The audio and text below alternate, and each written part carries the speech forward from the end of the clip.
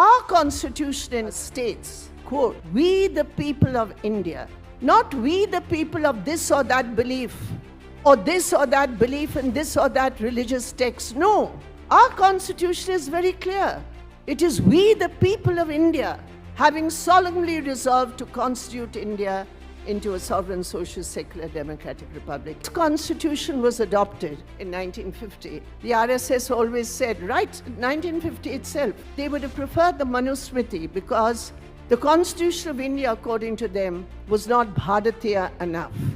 And the RSS has its own oath.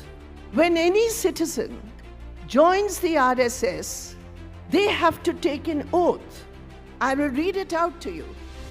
"In the name of Almighty God and our ancestors, I hereby vow that I have become a member of the Rashtriya Swayamsevak Sangh in order to protect our sacred Hindu Dharma, Hindu culture, and Hindu society, and to achieve the all-round development of the Hindu nation.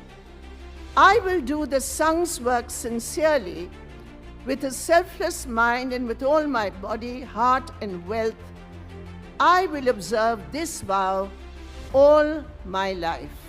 Now, members of the government of India have thus taken two oaths.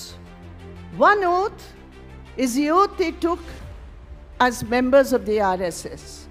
And the second, when they were sworn in as ministers, they took an oath on the Constitution of India.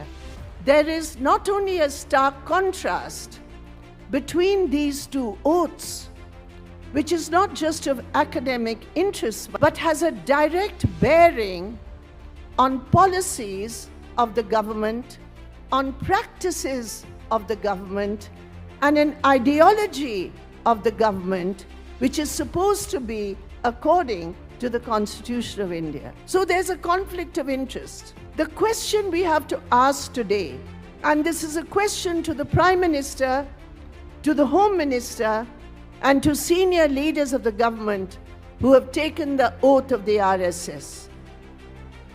To which oath are you faithful? You cannot be faithful to both because they are conflicting oaths. One oath is to the people of India.